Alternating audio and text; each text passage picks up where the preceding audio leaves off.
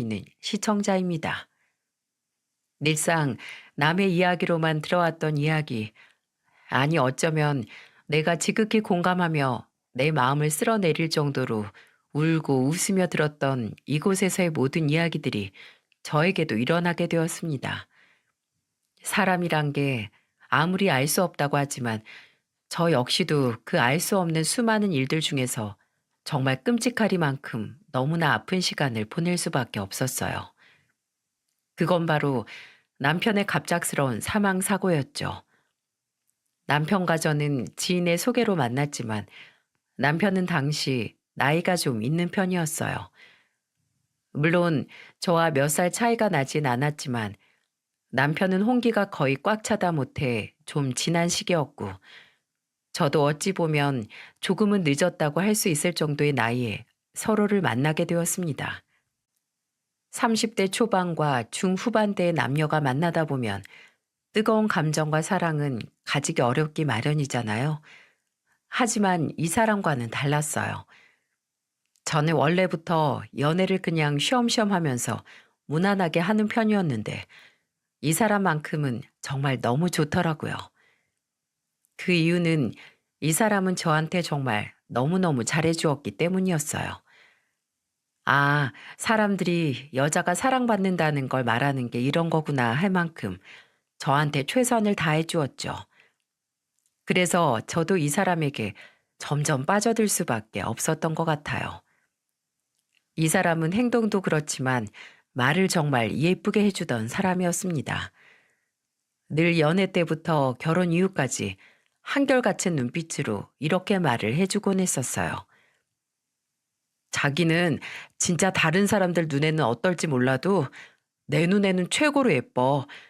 최고로 사랑스러워. 진짜 다른 사람들은 불쌍해. 우리 마누라 같은 사람 못 만나서. 나는 최고의 행운을 가진 사람이야. 이렇게 말을 해주는 사람 앞에서 저는 아, 내가 정말로 이 사람에게 사랑을 받고 있구나라는 생각이 절로 들 수밖에 없었습니다. 그러니 저에게도 이 사람이 행운이 아닐 수가 없었죠. 근데 이 사람에게는 장점이자 단점인 부분이 하나 있었는데 그건 바로 사람이 너무 좋다는 거였습니다. 우리 시어머니가 지나가는 말로 하시는 걸 들은 적이 있었는데 이 사람은 사람 좋은 게 다 시아버지를 닮은 거라고 하더군요. 자기도 자기 자식이지만 본인과 닮지 않은 모습이 나올 때면 한 번씩 놀라곤 한다며 그렇게 말씀을 하신 적이 있었는데 그건 제가 봐도 그랬습니다. 남편과 시어머니는 정말 달랐어요. 달라도 너무 다르고 한참 달랐어요. 거기에 남편에게는 여동생이 하나 있었는데 그 여동생조차도 남편과는 천지 차이로 다른 사람이었어요. 시누이는 시모를 똑 닮은 사람이었는데 그건 외모뿐만이 아니라 성격까지 빼다 박은 듯이 닮아 있었죠. 그걸 보면서 저는 진짜 사람들이 어쩜 이렇게 같은 배에서 나왔는데 이렇게 다를 수가 있을까 하고 감탄을 한 적도 있었네요. 남편과 저는 연애를 한 1년 반 정도 하다가 결혼을 했어요. 남편 쪽에서는 솔직히 말해 저를 탐탁지 않아 하긴 했었지만 남편의 홍기가 가득 차 있었기 때문에 저를 허락해 주더라고요. 근데 그 허락해 주는 과정이 정말 어이없었습니다. 남편의 어머니와 여동생을 처음 소개받으며 제가 인사를 드리러 가던 날이었어요. 저는 한껏 잘 보일 생각으로 예쁘게 꾸미고 약속 장소로 나갔죠. 그렇게 약속 장소에서 만나 서로 인사를 하는 것까지는 괜찮았습니다. 근데 그 뒤부터가 진짜 별로였어요. 시모와 시누이는 저희 건너편으로 앉고 저와 남편이 나란히 앉아 있었는데 벼랑간 시누이가 저와 남편의 모습을 보더니 이런 말을 하더라고요. 근데 두 사람 진짜 안 어울린다. 아니, 보통 결혼하는 커플들 보면 어머, 둘이 너무 잘 어울린다 라는 소리가 나가야 하는 게 정상이잖아요. 근데 내가 봤을 때 둘은 진짜 외관상 너무 안 어울려. 뭔가 언밸런스하다고 해야 되나? 뭐가 문제인지 모르겠네. 첫 만남에서 대놓고 이런 이야기를 하는 시누이를 보면서 겉으로는 내색을 못했지만 속으로는 뭐 이런 애가 다 있나라는 생각이 들더라고요. 근데 여기에 더 한 사람이 나오던 거 있죠? 그러게, 어머나 세상에, 그걸 나만 느낀 게 아니었네. 우리 아들이 워낙에 좀 훤칠한 스타일이라 그런지 뭔가 살짝 안 어울린다는 생각이 들긴 하네. 둘이서 연애하면서 좀 차이 난다는 소리 많이 들었겠어? 첫 만남부터 이렇게 이야기를 하는 사람들이 어디 있을까요? 저는 정말 속으로 어이가 없고 화가 났었어요. 하지만 똑같이 개념 없는 사람이 되고 싶진 않았습니다. 그래서 그 자리에서 버럭 화를 내기보단 좀 교양 있게 반박을 하려고 하는데 제가 먼저 나서기 전에 우리 멋쟁이 남편이 먼저 나서주더라고요. 엄마, 왜 그런 소리를 하세요?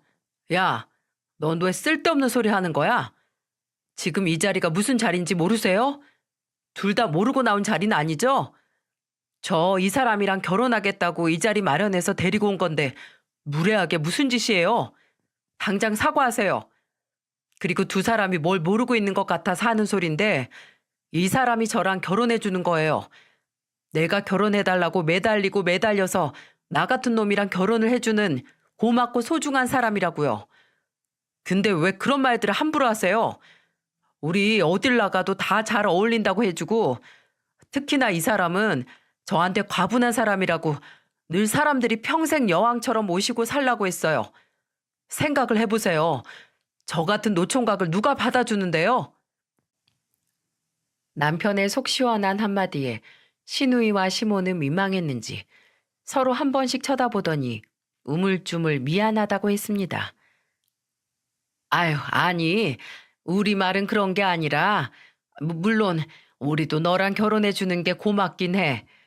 아니, 너는 우리가 농담으로 한 말을 가지고 뭘 그렇게 열을 내니? 사람 민망하게 참, 미안하게 됐다. 농담으로 할 소리가 있고, 하지 말아야 할 소리가 있는 거예요. 저는 남편이 이렇게 저의 편을 들어주면서 이야기를 해준 게 너무너무 고마웠어요. 그리고 이 사람들 앞에서 면을 세울 수가 있었죠. 근데 이 둘은 여기에서도 그치지 않고 진짜 그 자리 내내 사람을 아주 불편하게 만드는데 뭐 있더라고요. 저를 내리까는 거에 성공하지 못하니 속으로 많이 분했는지 이번에는 다른 걸 가지고 난리를 피워댔습니다. 아니 근데 여긴 음식들이 다 왜 이래? 하나같이 짜거나 싱겁거나 아유 내 입에 맞는 게 하나도 없네. 엄마, 엄마도 그렇게 느꼈어? 나도 하도 오빠가 쓸데없는 말 하지 말라고 해서 말 못하고 있었는데 솔직히 여기 너무 별로야. 우리 오빠는 이런 데를 고를 센스는 뭐 진작에 없는 사람이고 혹시 여기 언니가 예약했어요? 네? 네, 제가 예약했어요. 두 분이서 평소에 스테이크 먹는 거 좋아하신다고 해서 제가 평소에 자주 오는 곳으로 예약한 건데 입에 많이 안 맞으세요? 네, 별로네요. 파스타는 짜고 고기는 싱겁고 샐러드도 뭐 그냥 평범하고 언니도 안목이 진짜 없나 보다. 개념이라고는 눈을 씻고 봐도 없을 것 같은 이 시누이는 저에게 솔직하다 못해 아주 발칙하게 이야기를 하더라고요. 근데 제가 봤을 때 그건 그냥 저에게 어떻게든 꼽을 주고 싶어서 안달난 객기로밖에 보이지 않았습니다. 그래서 저도 그 객기에 맞게 이야기를 해주었어요. 어머, 그래요. 이상하다. 여기 되게 인기 있는 곳인데 여기가 유명 연예인들도 진짜 많이 다니고 점심이나 저녁 시간 전후로 미리 줄 서서 먹는 곳이거든요. 그래서 일부러 시간대도 살짝 이른 저녁 시간대로 잡은 거였는데 사람마다 좀 입맛이 다를 순 있는데 살짝 미식가 아니신가 보다. 그냥 좀 까다로운 것 같아 보이는데 평소에 좀 까탈스럽다는 소리 자주 들으시겠다. 제가 아무렇지 않게 살짝 비꼬며 이야기하니 겉으로 내색은 못하고 기분 나빠하는 게 표정에서 다 드러났어요. 하지만 저는 그리 호락호락하게 시댁살이를 다 받을 생각이 없었기에 초장부터 아예 세게 나가야겠다 싶어 무턱대고 질러버렸습니다.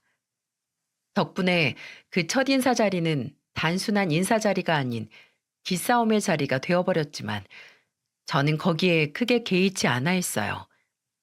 어차피 좋은 시댁 만나는 건 하늘의 별 따기고 어떤 시댁을 만나든 제가 어떻게 하느냐가 더 중요하다고 생각을 했기에 앞으로 더 제 길을 팍팍 살려 이들이 함부로 하지 못하게 해야겠다는 생각뿐이었죠. 그렇게 양가 인사를 다 마치고 상견례까지 끝난 마당에 어느 날 갑자기 시어머니가 저를 찾아 부르더라고요. 근데다 남편 없이 저만 따로 부르기에 무슨 소리를 하려나 싶어서 좀 긴장한 상태로 갔었습니다. 근데 거기에서 진짜 어이없는 이야기를 들어야만 했어요.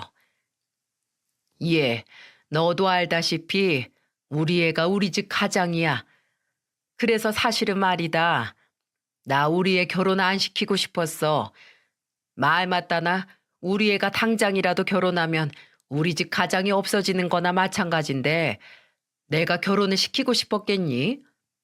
근데 주변에서 하도 애 앞길 망치지 말고 결혼시키라고 하기에 내가 억지로 시키긴 한다만 진짜 나는 결혼 안 시키고 싶어. 얘 없으면 나랑 우리 딸은 나가리 신세밖에 더 되겠니? 그러니까 결혼해서도 네가 알아서 우리 좀 챙겨야겠다. 그래서 또 하는 말인데 니네 신혼집 말이야. 네가 좀 알아서 해오면 안 되겠니? 뭐 혼수는 원래 여자 쪽이 하는 거니까 그거야 네가 알아서 하면 되는 거고. 집은 우리 아들이 지금 사방으로 알아보고 있는 것 같은데 걔 집 못 구해. 걔 앞으로 대출도 좀 있고 내가 또 좀 써야 하는 게 있어서 말이야. 그러니까 네가 집도 좀 알아서 해와라. 뭐 들어보니까 너네 집은 좀 산다면서. 그럼 잘 사는 쪽이 알아서 해오는 것도 덕보는 일인 거다. 그거 잘 새겨들어. 저는 그냥 돈 없어 집도 못 해주겠고 내 아들 돈은 내가 써야 하니 너는 쓰지 마라. 그리고 알아서 나 책임져라 라는 소리를 뻔뻔하게 돌려서 하는 이 시모를 보고는 어이가 없었어요. 너무 어이가 없고 황당하니 할 말도 떨어지던 거 있죠. 하지만 호락호락하지 않은 저는 그 소리를 그대로 들어줄 마음 따윈 없었습니다. 그래서 바로 반박을 했죠. 어머니, 그건 좀 어렵겠는데요. 결혼이 어디 저 혼자만 하는 것도 아닌데 저 혼자 집도 하고 혼수도 하라뇨. 그건 너무 이기적인 말씀이신 거죠. 집은 안 그래도 지금 저희가 상의해서 같이 사려고 하고 있어요. 저희 부모님도 좀 도와주시겠다고 하긴 했는데 혼수도 알아서 다 해주신다고 했는데 집까지 해달라고 하면 그게 무슨 염치 없는 짓인가요? 그래서 집은 저희가 알아서 하겠다고 했으니까 거기에 대해서는 더 말씀 말아주세요. 저는 단호하게 이야기를 했습니다. 그리고 또 하나 바로잡아야 할 게 있어서 이것까지 말씀을 드렸어요. 어머님, 그리고 좀 전에 말씀하신 어머님 아들 대출 말이에요. 그것도 언제까지 어머님이 갚으신다는 조건 하에 대출 받은 거라고 하던데요. 근데 이자랑 원금이랑 다 들어가고 있는 중인데도 불구하고 어머님은 한 푼도 주질 않으셨다고 그 사람한테 들었어요. 지금까진 아들이었으니까 부모된 권리로 그러셨을지 몰라도 그 사람은 이제 제 남편이 될 거기도 해서요. 저도 이제 어머님 자식이 되는 거나 다름이 없으니까 자식된 도리로서 다 달라고는 말씀 안 드려도 일부는 좀 주시길 부탁드릴게요. 그래야 어머님도 나중에 나올 손주들도 그렇고 저희한테 떳떳하고 당당하실 수 있을 것 아니에요. 아들 돈 떼어먹는 부모라는 말 들으면 그것만큼 명예 떨어지는 말이 어딨나요? 그러니까 절반도 어려우시면 3분의 1이라도 주시고 어머님의 책임을 다해주세요. 저의 이 말을 들은 시어머니는 얼굴이 울그락불그락해지는 게 그대로 보였어요.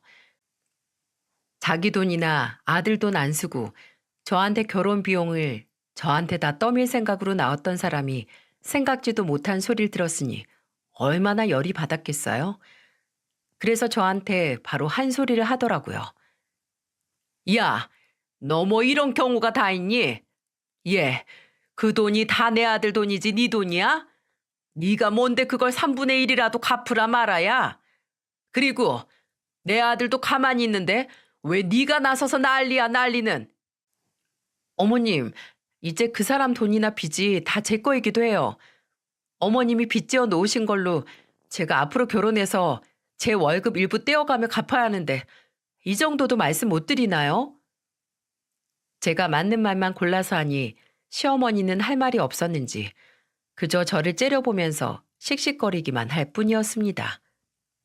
그 모습을 보면서 한 번 더 말씀을 드렸어요. 어머님, 어머님도 지금 경제활동 충분히 하실 수 있는 나이잖아요. 솔직히 말해서 아버님 돌아가시고 나서 어머님 한 번도 일을 안 하셨다면서요.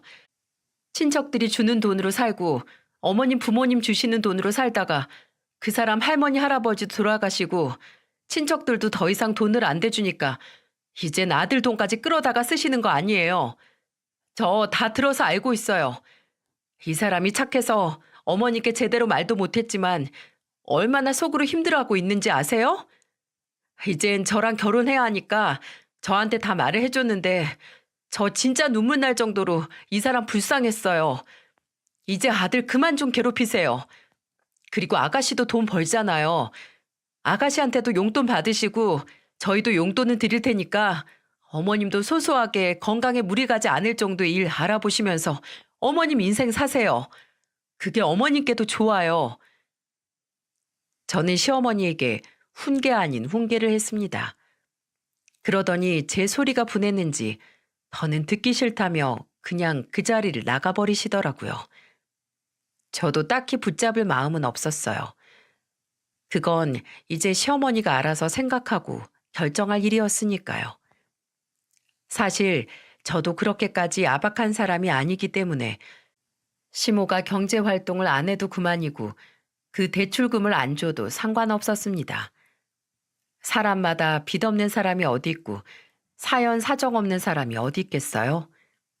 그래서 저는 다 이해를 하고 그냥 그 돈도 군말 없이 갚을 수 있었지만 제가 봤을 때 시모는 그렇게 해주면 안 되는 사람이었어요. 오히려 그 호의를 너무나 당연한 것으로 알고 거의 아들을 돈줄로 생각하고 제멋대로 쥐락펴락하며 살고 있었기에 아들과 시모를 위해서라도 그 나쁜 관계성을 끊어내 줘야만 했습니다. 그게 서로에게 좋다고 판단이 되었고요. 왜냐하면 이 지독한 관계성이 계속해서 이어지면 저희 남편도 힘들 뿐더러 시어머니도 평생을 남한테 의지만 하다가 남이 도와주지 못할 때는 스스로 아무것도 할 수 없게 될 거라 저는 독하게 마음을 먹기로 다짐한 거였죠. 하지만 사람이 어디 쉽게 달라지나요? 저희 시어머니는 저와 함께 있다가 나간 그 자리로 바로 남편에게 전화를 해서 이 결혼 절대 안 된다고 막 또 난리를 치셨나 보더군요. 남편은 궁금해서 저한테 전화를 했는데 제가 모든 사실을 있는 그대로 다 말해 주었어요. 그랬더니 남편도 다 이해를 하고는 본인이 알아서 시어머니는 해결하겠다고 해서 저는 믿고 기다렸어요. 그리고 얼마 안 되어 남편에게 연락이 와서는 다 해결됐다고 이야기를 해주었죠. 어떻게 해결을 했냐고 물으니까 이렇게 말을 해주더군요. 당신이랑 결혼 못하게 되면 지금까지 내가 했던 모든 경제적인 지원 다 끊어버리겠다고 했어. 그러니까 처음에는 여자 잘못 만나서 내가 변했다느니 뭐라고 하시다가 나중엔 어쩔 수 없으셨는지 알겠다고 하시더라고. 그래서 다 해결된 거야. 남편도 이번만큼은 마음을 독하게 먹었는지 시어머니에게 평소 안 하던 말까지 하면서 세게 나간 것 같았어요. 저는 그 모습이 또 고맙게 느껴졌죠. 그렇게 우여곡절 끝에 저희는 결혼을 했습니다. 생각을 했던 것보다도 이 사람과의 결혼 생활은 더 특별하고 더 좋았어요. 남편은 결혼하고 나서도 변함없이 잘해줬고 저희들은 세상에 둘도 없는 사이 좋은 친구이자 평생의 반려자로 잘 지내고 있었습니다. 그러다 경사가 생겨났어요. 제가 임신을 했는데 글쎄 쌍둥이를 임신을 했더라고요. 이 소식을 남편에게 알려주니 남편 역시 진짜 난리가 났습니다. 남편은 글쎄 눈물까지 흘리던 거 있죠. 마누라, 진짜 잘했어. 진짜 고생했다, 우리 마누라. 이게 무슨 일이야. 우리에게 쌍둥이가 태어나다니. 나 진짜 너무 행복하다. 너무너무 행복해. 남편은 거의 아이처럼 방방 뛰면서 좋아했고, 저에게는 너무 고생 많았다며 꼭 껴안아주면서 눈물까지 흘렸어요. 그 모습에 저는 감동을 받기도 했지만, 이 사람이라면 우리 아이들이랑 정말로 평생 행복할 수 있겠다. 이 사람은 우리를 끝까지 이 마음 그대로 책임져 주겠다 싶어서 든든하고 듬직했어요. 그래서 더 가정에 대한 확신과 안정감이 들었죠. 아이를 낳고 나서는 역시나 쌍둥이 육아는 아무나 하는 게 아니라는 게 절실히 느껴질 만큼 힘이 많이 들었습니다. 들어가는 돈도 2배였고, 노동도 체력도 모든 것이 다 2배로 들어갔어요. 하지만 자고 웃고 건강하게 있는 모습의 아이들을 보고 있노라면 그 모든 고생들이 다 한순간에 날아가는 듯 했습니다. 저는 다니던 직장에 육아휴직을 냈고, 남편은 그대로 우리나라 전기 공기업 밑에 하청회사에서 일을 하고 있었어요. 그리고 육아는 저희 친정엄마가 집으로 와서 좀 도와주고 계셨죠. 남편 혼자서 돈 벌게 하는 게 미안해서 저도 아이들 조금만 키워놓고 바로 복직을 할 생각이었어요. 하지만 이미 그 사이에 저에게는 끔찍한 일이 벌어져 갔습니다. 우선 제가 아이를 낳고 나서 저희 시어머니는 일절 아이들을 돌봐주는 법이 없었어요. 제가 산부인과에 있을 때도 한참을 안 오다가 거의 마지막 조리원에서 퇴원하기 직전에 잠깐 와서 아이들 얼굴만 보고서 가더라고요. 근데 거기서 서운함은 별로 느끼지 않았습니다. 왜냐하면 저희 시어머니는 애초부터 원래 그런 사람이었으니까요. 근데 글쎄 제가 조리원에 있는 사이에 시어머니가 정말 어이가 없는 짓을 하나 해놓았지 뭐예요. 제가 조리원에 가 있는 동안 남편은 혼자서 집을 지키며 출퇴근을 하곤 했었어요. 조리원으로 와서 같이 시간을 보내기도 했지만 워낙에 남편 일이 몸쓰는 일이고 고된 일이다 보니 저는 남편에게 편하게 쉬라고 되도록이면 집에 가서 자게 했죠. 근데 그 틈을 타서 저희 시어머니가 상상도 못할 일을 하나 해놨더라고요. 제가 조리원에 있다가 집으로 가서 제일 먼저 한 일은 집안 청소였어요. 솔직히 아이들 보느라고 집안 청소를 할 여력이 없긴 했지만 그래도 한동안 못했던 밀린 집안일들을 좀 하려고 바쁘게 몸을 써봤어요. 남편이 혼자서도 집안 정리도 잘 해놓고 깔끔하게 청소까지 다 해놓긴 했지만 또 여자인 제가 봤을 때 보이는 것들이 있잖아요. 그래서 하나하나 정리를 하고 있었죠. 그러다 제 화장대 정리까지 하게 되었는데 이상하게 화장대가 좀 낯설더라고요. 그리고 뭔가 제가 정리한 대로 있는 게 아니라 뭔가 어질러져 있었고요. 평소에 저희 남편은 따로 본인 로션이랑 쓰는 화장품이나 액세서리 놓는 공간이 있었기에 건든 적이 없었는데 뭔가 이상해서 남편에게 제일 먼저 물어봤습니다. 여보, 혹시 내 화장대 정리하거나 청소한 적 있어? 어? 아니, 없는데? 거긴 당신 물건밖에 없으니까 내가 따로 정리할 일은 없었지. 왜? 아, 아무래도 좀 뭔가 화장대가 내가 정리해 놨던 거랑 다르게 흩어져 있는 것 같아서 당신은 건든 적 없단 말이지? 어, 나는 없어. 아, 근데 얼마 전에 우리 엄마가 나 먹을 반찬 놓고 집안 청소도 좀 해놓고 간다고 하길래 일가 있는 동안 그렇게 하라고 했었는데 그때 엄마가 정리를 하셨나? 뭐? 그랬었어? 아, 그때 어머님 집에 잠깐 혼자서 들어오신다고 했던 날, 그날 말하는 거야? 그때 청소도 하신다고 하셨었어? 어, 처음에는 나한테 반찬만 놓고 간다고 하시더니 나중에는 청소까지 좀 했다고 하시더라고. 알았어, 여보. 일 열심히 하고 이따가 봐. 저는 분명 시어머니가 건드렸다는 생각이 확 들었습니다. 그리고 뭔가 쎄해서 저의 화장대를 열심히 살펴보았죠. 역시나 저는 평소에 좀 좋은 물건들이나 좋은 것들이 있으면 잘 사다가 쟁여두는 편인데 제가 두고두고 쓰려고 했던 화장품들이 몇 개 사라져 있더라고요. 로션인데 꽤 비싼 걸 할인할 때 많이 사뒀었는데 그게 없어져 있는 게 보였어요. 하지만 거기에서 끝이 아니었습니다. 화장품 훔쳐간 걸 제가 확인을 하고는 기가 차서 있었는데 그래도 그것까지는 제가 좀 참아보려고 했어요. 근데 혹시나 싶어서 제 액세서리 통을 봤는데 글쎄 그것까지 손을 댔더라고요. 저는 너무 어이가 없고 경악스러웠습니다. 이건 도둑이 따로 없었어요. 심지어 거기에도 놀라운 사실은 남편과 결혼 후에 따로 맞췄던 커플링만 달랑 있고 결혼 프로포즈용으로 받았던 반지가 사라져 있어서 깜짝 놀랄 수밖에 없었어요. 저는 설마 이것까지 건드렸겠어 싶어서 우선 제 화장대를 다 엎어서 확인을 했습니다. 근데 역시나 없더라고요. 그리고 저는 평소에 물건들을 다 제자리에 놓는 습관이 있어서 그 반지가 살아서 움직이지 않는 한 그곳을 벗어날 리가 없었고요. 그래서 저는 이 사실을 다 파악하고 나자마자 시어머니에게 전화를 했습니다.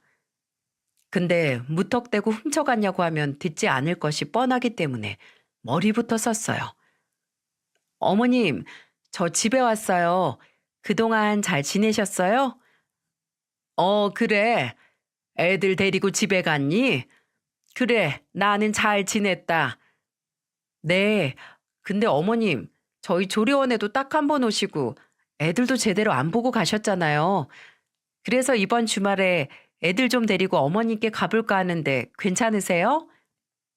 뭐? 아니, 애들 밖에 나온 지 얼마나 됐다고? 벌써 집 밖으로 나오려고 하냐? 됐다. 내가 가서 볼 테니까 너는 오지 말어. 아니에요.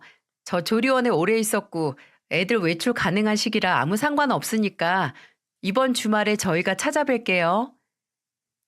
저는 단호하게 제가 가겠다고 이야기를 해버렸어요. 그러니 시어머니는 더 말리지 못하겠는지 알겠다고 하고는 전화를 끊었고요. 그리고 그날 나름 만반의 준비를 하고는 저는 시댁으로 갔습니다. 시댁으로 가자마자 저는 시어머니가 애들을 보고 있게 두었고 그 사이에 남편과도 다 이야기를 해놓았기에 시어머니가 바로 집을 나갈 수 있도록 둘이서 바로 계획을 시행해 나갔습니다. 저는 시어머니를 밖으로 유인하기 위해 남편이 맛집에 음식을 예약해 두고 지금 찾아와야 하는데 혼자 가지고 오려면 손이 부족하다고 하면서 같이 나가달라고 했습니다. 시어머니는 귀찮다며 시켜 먹지 뭐하러 그랬냐면서 핀잔을 하며 어쩔 수 없이 나가더라고요. 근데 나가기 전에도 저보고 나가 있으라는 걸 저는 애들 때문에 안 된다는 핑계를 대면서 집에 꾸역꾸역 끝까지 남아 있었어요. 대신에 시간을 좀 벌기 위해서 나간 김에 음식은 좀 식어도 되니까 오랜만에 아들이랑 둘이서 외출하는 건데 근처 옷가게라도 들려서 옷이나 한 벌 사서 오시라고 했었어요. 그랬더니 좋아서 나가더라고요. 그 사이에 저는 본격적으로 집을 수색하기 시작했어요. 집에는 시누이와 어머님이 같이 지내고 있었고 시누이는 주말이면 밖에서 나가 노느라 바쁜 사람이었기에 역시나 집에 없었어요. 그래서 그 두 방을 다 살펴볼 생각이었고 제일 먼저 시어머니 방부터 살폈습니다. 근데 딱 보니까 시어머니 화장대에 익숙한 화장품들이 올려져 있었고 그건 제 예상대로 저의 화장품이 맞았습니다. 제가 두고두고 쓴다고 쟁여두었던 화장품이었고 그걸 당당하게 꺼내놓고 쓰고 있더군요. 정말 어이가 없었어요. 하지만 거기에 어이없기는 너무 일렀습니다. 저는 진짜를 찾기 위해서 시어머니의 서랍장을 더 살폈고 그 안에서 진짜 제가 찾던 것을 발견할 수 있었죠. 그건 다름 아닌 남편에게 받은 저의 결혼 반지였습니다. 저는 진짜 너무너무 경악스럽고 놀라웠어요. 그래서 일단은 이 모든 것을 증거로 남겨놓기 위해 사진들을 다 찍어 놓았어요. 하나하나 저의 물건이 시모의 방에 있는 모습들을 죄다 찍었고, 아직 제가 잃어버렸던 물건들이 다 나오지 않았기에 그 다음으로 신우의 방으로 가서 그 방을 다 뒤졌어요. 역시나 신우의 화장대에서도 제가 잃어버린 화장품과 각종 액세서리가 나왔습니다. 저는 평소에 목걸이나 반지, 팔찌를 즐겨서 했었기에 소장하고 있는 것들이 많이 있었는데 진짜 몇 개가 여기에 와 있더라고요. 거기에 모자라 제가 좋아하는 브랜드에서 산 귀걸이까지 잔뜩 있었죠. 근데 여기는 제가 더 뒤져봐야겠더라고요. 그래서 옷장까지 살펴봤습니다. 근데 진짜 이 사람들이 간이 배 밖에 나온 건지 그 옷장에는 제가 결혼 전부터 사서 입었던 명품 브랜드의 옷이 몇 개나 와 있는 거예요. 제가 제 화장대를 정리하다가 그 뒤로는 또 애들을 살펴야 해서 옷장까지 청소를 다 못하고 있었는데, 글쎄 제가 알지 못하는 부분까지 이 둘이 손을 댔다는 사실에 정말 분노감까지 느껴졌네요. 그래서 이 모든 것들도 다 증거로 남겨두었어요. 그리고는 제 물건들을 싹 다 가지고 나와서 거실에 다 펼쳐두었고요. 그 상태로 시어머니와 남편이 들어올 때까지 기다리고 있었어요. 시간이 좀 지나서 시모와 남편이 집으로 들어왔고, 이 둘은 집안에서 일어날 수 없는 광경을 보면서 깜짝 놀랐는지 들어오자마자 표정이 확 바뀌더라고요. 그 중에서도 단연 표정이 우스웠던 건 시어머니였습니다. 어머나 세상에, 이걸 네가 다 어떻게 꺼낸 거야? 어떻게 꺼내긴요? 친히 다 찾아보고 하나하나 꺼냈죠. 어머님, 이거 다 제 물건인 건 아시죠? 저희 집에 제 물건들이 안 보이길래 혹시나 싶어서 좀 찾아봤는데 이렇게나 많이 나오네요. 이거 제 거니까 도로 가지고 가도 되죠? 그게 말이다. 그리고요, 똑똑히 말씀드리는데요. 이거 엄연한 범죄예요. 어머님, 지금 이거 도둑질 하신 거예요. 특히 제 명품 옷, 제 비싼 액세서리들, 그거 다 없어도 상관없는데요. 딱 하나 용서할 수 없는 게 있어요. 뭔지 아세요? 뭔데? 제 결혼 반지요. 어떻게 어머님은 제 결혼 반지까지 훔칠 생각을 하셨어요? 네? 정말 너무하신 거 아니에요? 어떤 시어머니가 며느리 결혼 반지를 훔치냐고요? 이거 저한테 당연히 걸릴 거라는 생각을 못 하셨어요? 네? 시어머니는 제가 화를 내니까 그제서야 상황이 심각한 줄 알았는지 저한테 와서는 잘못했다고 빌기를 시작했어요. 아가, 미안하다. 미안해. 나는, 그게 결혼 반지인 줄은 꿈에도 몰랐어. 정말이야. 그냥 좀 값이 나가 보이길래 그래서 가지고 온 거지. 네 결혼 반지 훔칠 생각은 정말 일절 없었다. 믿어줘. 아무리 결혼 반지인지 몰랐다고 하더라도 남의 물건에 그렇게 손대도 되는 건가요? 그것도 저 없는 틈을 타서 말이에요. 그건 진짜 아니잖아요. 저는 시어머니에게 너무나도 화가 났어요. 그리고 그 뒤를 이어서 제가 남편에게도 신우에게 연락해서 지금 당장 집으로 오라고 연락하라고 했어요. 신우이는 남편의 연락을 받고는 놀라서 집으로 달려왔습니다.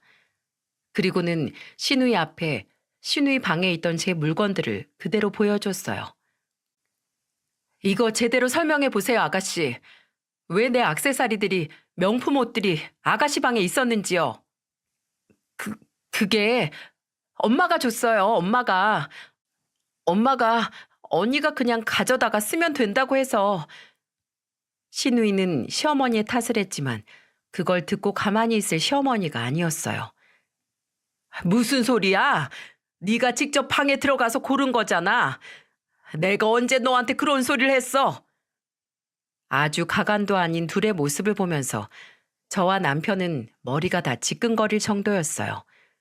그래서 이 둘을 어떻게 할까 고민하다가 우선은 다시는 제 물건에 손대지 않겠다는 각서를 받아내고는 참고 넘어가 주었죠. 근데 여기에서 멈추면 우리 시댁이 아니죠. 이들은 여기 이거 멈출 수 있는 그릇들이 못 되었어요. 저희는 시모에게 결혼 후에 계속해서 용돈을 주고 있었고, 시모는 제가 결혼 전에 말씀드렸던 대로 대출금 일부를 저희에게 갚고 있었어요. 근데 이것도 어느 순간부터는 밀리는 걸 제가 가만히 두고 있었더니 갑자기 황당한 얘기를 또 하나 저희에게 하는 거예요. 아니, 정확하게는 저희에게가 아닌 저의 남편에게 한 소리였죠. 남편은 저한테 오더니 고민이 많은 목소리로 말을 하더라고요. 여보, 엄마가 급하게 돈 쓸 데가 있다고 빌려달라는데 어떡하지? 내가 그동안 다른 건 다 거절해 오긴 했는데 이번 건 좀 어떻게 해야 하나 고민이 되네. 왜? 무슨 일인데? 엄마가 전에 나 말고 다른 사람한테 돈을 빌린 적이 있었거든. 근데 그 사람한테 돈을 못 주고 있었나 봐. 그 사람이 얼마 전에 와서 엄마한테 난리를 피우면서 돈을 달라고 막 뭐라 했었나 봐. 그거 안 하면 이제 진짜 큰일 낼 거라고 하는데 어쩌나 싶어. 돈은 거의 1,000만 원 정도 되나 봐. 아니, 어머님은 진짜 무슨 생각으로 그렇게 여기저기 돈 다 빌려놓고는 하나도 갚질 않으시고 그러는 거야? 하다못해 그렇게 빚이 있으면 일이라도 하셔야 하는데 아직도 일자리 하나 안 알아보시고 우리가 드리는 용돈으로만 생활하시잖아. 근데 거기다 또 돈을 빌려달라고 하신다고? 우리한테? 원래 우리한테 주시기로 한 돈도 지금 안 주고 계시는데. 그러니까 말이야. 나도 그래서 얘기했더니 그거랑 같이 해서 꼭 매달 갚겠다는데 어떡할까? 저는 남편의 이야기를 들으면서 시어머니에게 너무나 화가 났지만 그래도 그 사정을 모른 채 할 수는 없었습니다. 그래서 시어머니를 도와드리기는 했지만 그냥 도와드릴 수는 없어서 이번에는 제대로 각을 잡고 빌려드려야겠다 싶어서 차용증을 들고 나갔죠. 저는 딱 3년 안에 매달 돈을 지불하는 것으로 해서 1,000만 원을 갚는다는 내용의 차용증을 들고서 시어머니에게 갔고, 시어머니는 처음에는 성질을 팍 내셨지만 이거 안 쓰면 빌려드릴 수 없다고 하니까 바로 꼬리를 내리고는 돈을 빌려가셨어요. 어찌 보면 같은 가족끼리 왜 이렇게 독하게 구냐고 할 수 있을지도 모릅니다. 근데 이 시어머니한테만큼은 이렇게 해야만 했어요. 왜냐하면 남편이 그동안 저랑 결혼하기 전까지 가장 노릇을 하면서 본인이 벌어서 모은 돈은 하나도 없을 만큼 시어머니가 돈을 다 뺏어가서 쓰고 있었거든요. 그러니 이 사람도 결혼할 돈도 연애를 할 돈도 없어서 결혼도 더 늦어졌던 거였고요. 하지만 결혼 후까지 그런 생활을 하도록 둘 수 없어서 저는 시어머니도 이제 정신을 차리고 경제적으로도 더 독립을 하실 수 있도록 오히려 도와드린다 생각하고 독하게 한 거였어요. 하지만 시어머니는 이거에 대해 늘 억울해하고 안이 꼽게 생각을 하고 있었죠. 그리고 제가 아들을 꼬드겨서 남편과 시모 사이를 갈라놓는다고 생각을 했었어요. 근데 그래도 저는 제 뜻을 굽힐 생각은 없었죠. 그렇게 시모와의 좁혀지지 않는 거리를 유지하며 저의 결혼 생활을 쭉 이어가고 있었습니다. 시댁만 뺀다면 저에게 결혼 생활은 천국이나 다름없었어요. 남편과도 거의 싸울 일이 없었고 남편의 사랑을 받고 아이들의 예쁜 모습을 보면서 저는 결혼 생활을 정말 잘 해나갔죠. 남편은 일을 하면서 그 힘들고 바쁜 와중에도 아이들을 잘 돌봐줬어요. 그리고 틈틈이 엄마가 와서 육아를 같이 해주고 엄마가 없는 때에는 도우미 분을 붙여주어서 옆에서 제가 혼자서 힘들지 않게 많이 도와주도록 해줬고요. 그러니 저는 그 치열하다는 쌍둥이 육아를 어렵지 않게 할 수 있었습니다. 그건 순전히 다 남편 덕분이었어요. 그렇게 쭉 꽃길만 걸을 것 같았던 저의 결혼 생활에 적신호가 일어났고 그건 적신호이다 못해 아예 비상등이 켜진 거였어요. 그리고 그 비상등은 저에게 너무나도 큰 지옥의 길을 열어주었습니다. 남편은 앞서 말씀드렸다시피 우리나라 전기 공기업 밑에 하청 직원으로 일을 하고 있었어요. 눈이 오나 비가 오나 밤이나 낮이나 늘 작업을 하면서 힘들게 지내는 남편을 보면서 저는 그가 걱정스럽기도 하고 안쓰럽기도 해서 늘 밥도 잘 챙겨주려고 하고 집에 들어오면 최대한 쉴 수 있게끔 해주려고 했었어요. 그렇게 아끼고 사랑했던 남편이었는데 남편에게 아주 비극적인 사건이 일어나고 말았습니다. 그날은 좀 이상했어요. 저는 원래 꿈을 잘 안 꾸는 사람인데 갑자기 그날 밤에 굉장히 찜찜하고 거친 꿈이 꿔지더라고요. 그냥 기분 나쁘고 알 수 없는 꿈이었는데 영 찝찝해서 그날 바로 출근을 하는 남편에게 말을 했어요. 여보, 나 평소에 꿈 잘 안 꾸잖아. 근데 오늘은 꿈이 너무 이상해. 그러니까 당신 오늘 일 나가서 조심해야 돼. 알았지? 나랑 애들은 집에 있으니까 그래도 괜찮을 것 같은데 난 당신이 너무 걱정돼. 당신 우리 집 가장이야. 나랑 애들 당신 없으면 안 되는 거 알지? 그러니까 꼭 조심해야 돼. 알았어, 여보. 내가 특별히 조심할게. 우리 금쪽 같은 아들 둘이랑 사랑스러운 당신 두고 어디 안 갈 거니까 걱정하지 말고 집에 있어. 남편은 이렇게 이야기를 하고는 집을 나섰지만 그 뒤로 집으로 올 수가 없었습니다. 왜냐하면 그날 남편은 전기 감전 사고로 인해 우리 곁을 떠나고 말았거든요. 사실 이때는 태풍이 심하게 오던 날이었어요. 곳곳에서 태풍으로 인한 피해가 이만저만이 아니었고 남편 역시 바쁘게 돌아다닐 때였죠. 근데 그 와중에 한 동네에서 정전이 일어났고 남편은 그것을 수습하다가 예기치 못한 사고로 인해 그 자리에서 생을 마감했어요. 그 소식을 듣고 저는 병원으로 달려갔지만 거기에서는 남편의 싸늘하게 누워있는 모습만 볼 수 있었습니다. 너무나 기가 찼어요. 정말로 믿기지가 않았죠. 남편을 아무리 흔들어대도 남편은 미동도 없이 가만히 누워있을 뿐이었습니다. 안 돼, 여보. 분명 집으로 온다고 했잖아. 꼭 돌아온다고 했잖아. 나랑 애들 두고 어디 안 간다고 했잖아. 제가 아무리 소리를 지르며 남편을 흔들어 깨워도 아무 소용 없었어요. 결국에는 제가 실신이라도 할까봐 같이 간 저희 친정엄마가 저를 말렸고 결국 그렇게 저는 남편의 장례를 치러야만 했습니다. 저는 장례 동안 하루 종일 울었어요. 시어머니와 신우도 놀라서 와서는 하염없이 울었습니다. 그렇게 눈물의 장례식이 끝나고 저는 남편의 유품을 정리하는데 그렇게 울었는데도 또 눈물이 나더라고요. 그때는 엄마도 잠깐 집으로 가셨던 때라 저는 혼자서 마음 놓고 펑펑 울었습니다. 정말 남편이 너무 보고 싶었어요. 그렇게 울다 저도 모르게 깜빡 잠이 들었는데 벼랑간 시어머니가 집에 찾아왔더라고요. 밀린 피로가 쌓인 데다 지쳐서 잠이 들었기에 벨소리도 못 듣고 있었더니 전에 본인이 알고 있던 집 비밀번호를 치고 들어와서는 잠들어 있는 저를 흔들어 깨우더라고요. 그리고는 막말을 퍼부어댔습니다. 야, 너는 이 상황에 잠이 오니?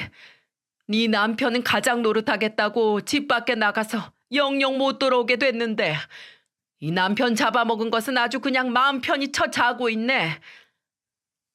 어머니, 말씀을 왜 그렇게 하세요?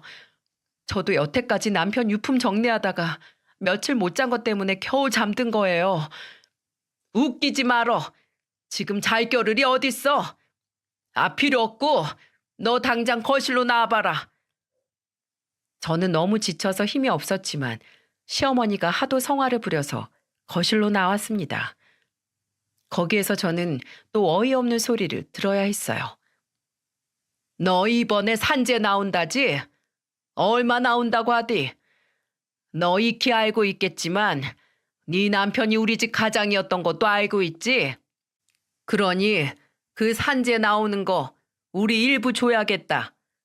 그리고 너 장례식장에서 네 엄마랑 하는 소리 내가 뒤에서 들었는데 종신보험도 가입되어 있었다며 1억짜리.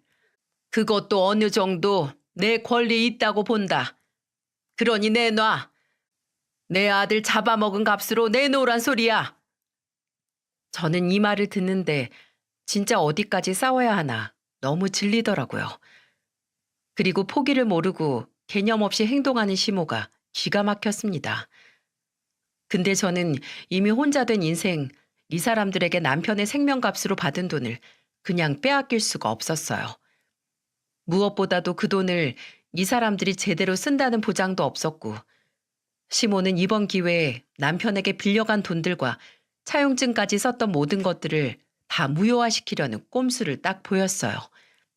그래서 저는 더더욱 가만히 둘 수가 없었습니다.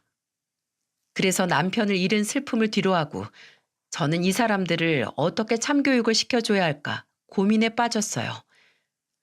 계획을 짜면서 저는 남편의 유품도 같이 정리를 하면서 슬픔을 털어내려고 하는데, 그때 남편의 핸드폰을 살피면서 이상한 점을 하나 찾게 되었어요. 그건 바로 이상한 문자 내용이었고, 그 번호는 저장이 되어 있진 않았지만 수많은 통화와 문자 내용들이 담겨져 있었어요. 그리고 돈을 안 내놓으면 시어머니를 가만 안 두겠다는 내용이었고, 남편은 그 협박에 못 이겨서 계속 돈을 보내주고 있는 듯 했었어요. 또 통화 내용을 들어보니 충격적인 사실을 알 수 있었는데, 그 통화를 했을 때 그 남자는 시모가 사채를 빌려다 쓴 사람이었고, 남편을 협박해서 시모에게서 받을 돈을 가지고 간 거였죠. 남편은 혼자서 이걸 싸우고 있었고, 시모에게 빌려준 1,000만 원 이후에 이 일이 일어나게 된 거라 저한테는 말도 못하고 있었던 것 같았어요. 저는 너무나 충격적인 사실에 이 전화가 온 사람에 대해 캐나갔고, 시모의 행적도 한 번 더 살피며 저에게 남편의 산재와 보험금까지 노린 그 이유를 더 구체적으로 알아내기 위해 사람을 붙여 알아봤습니다. 근데 정말 더 놀라운 사실을 거기에서 알아낼 수 있었죠. 시모를 협박하던 그 인간은 시모의 남자친구였고, 시모는 남자친구와 계획을 해서 저희 남편을 협박해 돈을 갈취한 거였어요. 이 모든 사실을 몰랐던 남편은 그걸 그대로 믿고는 제가 걱정할까봐 저 모르게 본인의 엄마를 위해 또 희생을 한 거였죠. 여기까지 알고 나니까 정말 너무너무 화가 났고 화를 넘어 분노가 느껴지더군요. 그래서 저는 이 모든 증거들을 다 모아서 경찰에 시모를 신고했습니다. 사기죄와 협박죄, 현금 갈취 등등 모든 죄목을 다 털어서 신고를 해버렸어요. 그 사실을 안 시모가 당장에 저한테 쫓아와서 빌어댔죠. 너 이 사실 다 어떻게 한 거야? 도대체 어떻게 알아냈어? 당신같이 멍청한 인간이 수쓴 건데 내가 그것도 못 찾았을까 봐? 당신 이제 끝났어. 인생 종쳤다고. 어디 협박할 게 없어서 아들이 협박하고 아들한테 사기를 쳐? 당신은 진짜 인간도 아니야. 어디 한번 죗값 톡톡히 치러봐.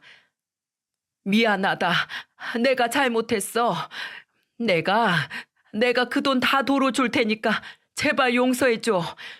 제발 합의 좀 해줘. 아니, 절대 합의는 없어. 당신은 당신 죄 톡톡히 치러야 돼. 그래야 정신 차리지. 그동안 너무 받고만 살았지. 그러니 남의 돈 귀한 줄 모르고 무서운 줄 모르는 거지. 저는 그렇게 이야기를 해버리고는 시모를 외면하고 나와버렸어요. 그 뒤로 시모는 경찰 쪽의 조치를 받게 되었고, 저는 아예 인연을 다 끊어버리기 위해 시모의 만행을 놓고 재산이나 그 모든 것들이 시모에게는 돌아가지 못하도록 법적인 조치까지 다 취하고는 이사를 가버렸어요. 그래서 시모와는 지금까지도 연락을 못하고 시누이도 무엇을 하면서 지내고 있는지 모르는 상황이죠. 근데 나중에 남편과 친하게 지내던 친척 동생 한 명이 저한테 연락이 와서 해준 얘기가 있었는데, 그 시모는 나라의 처벌을 받고 나와서 지금은 식당 주방 보조로 일을 하고 있다고 하더군요. 그 시누이는 경찰서에 갔다 온 시모가 창피하다며 진작에 독립하고 나가 연도 거의 끊고 지낸다고 들었어요. 참 그 말년이 완전히 나가리가 된 모습들을 보면서 저는 인생 진짜 잘 살아야겠다는 생각이 들더군요. 여러분, 제가 살아보니까 길지 않은 인생 겪어본 바로 자업자득은 멀리 있지 않는 것 같아요. 정말 거의 바로바로 돌아오는 게 자업자득인 듯 싶더라고요. 그래서 저는 앞으로 진짜 바르게 남한테 피해 안 주고 살아보려고 해요. 그리고 남은 우리 아이들 잘 키우면서 제 남은 인생도 잘 가꾸어 나가겠습니다. 저의 삶을 여러분들도 많이 응원해 주세요.